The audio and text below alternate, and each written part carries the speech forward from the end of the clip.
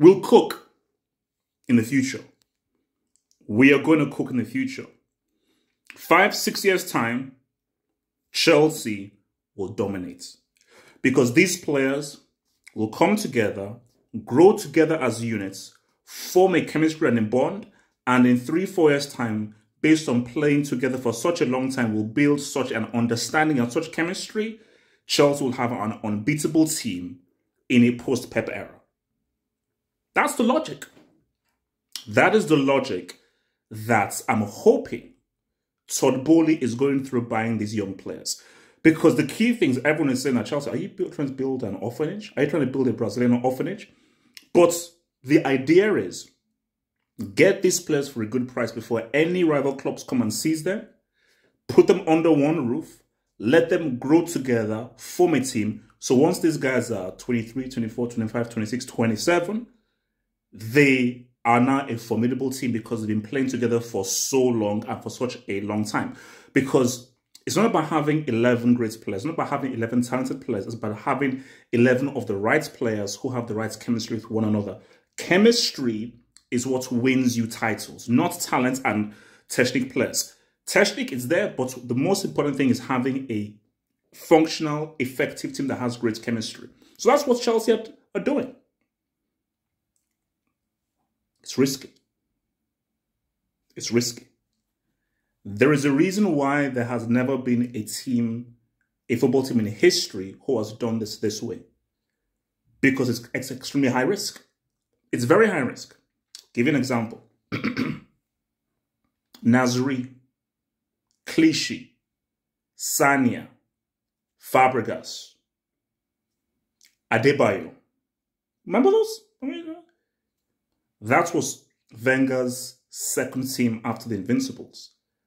And I know for sure, if that team stayed together, they'd have won multiple titles, perhaps even a UCL. Guaranteed.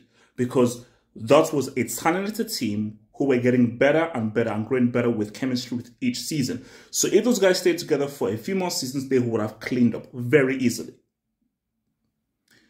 But you have to, we don't live in an ideal world. We live in the real world. In the real world, players want to win now. They want to win trophies.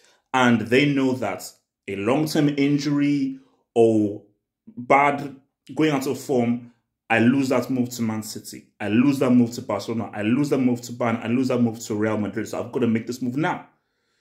So that team broke up because, Pleb, Clichy, Sanya, Nasri, Fabregas was, no, I want to win now.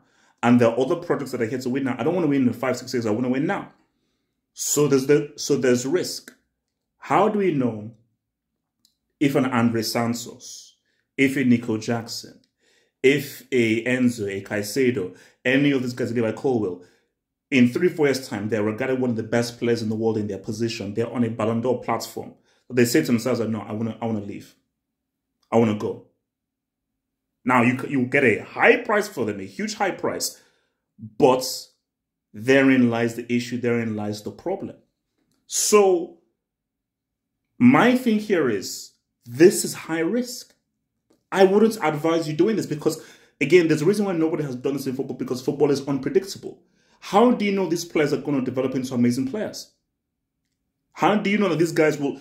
Because there's no guarantee that they'll be there. Because that's why what clubs do is it's a mixture of potentials and ready-made players, and you combine both. So really, it's maybe like 60-40 in favor of experienced ready-made players, and the other 40 is future players.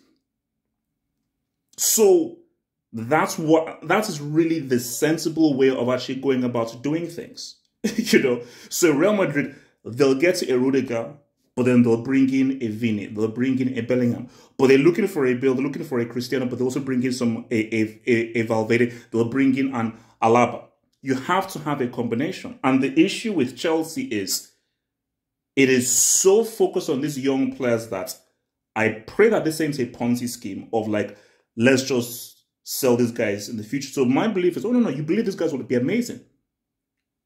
But is that too high? Because my fear is that too high of a risk? Because if this works out, oh my gosh, Chelsea are amazing. If this works out, In 5-6 years' time, Chelsea will be unbeatable and they will form a dynasty.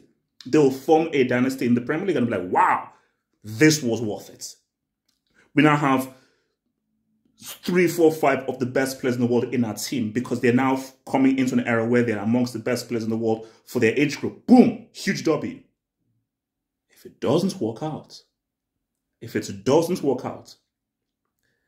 that is a lot of money spent ending up with nothing.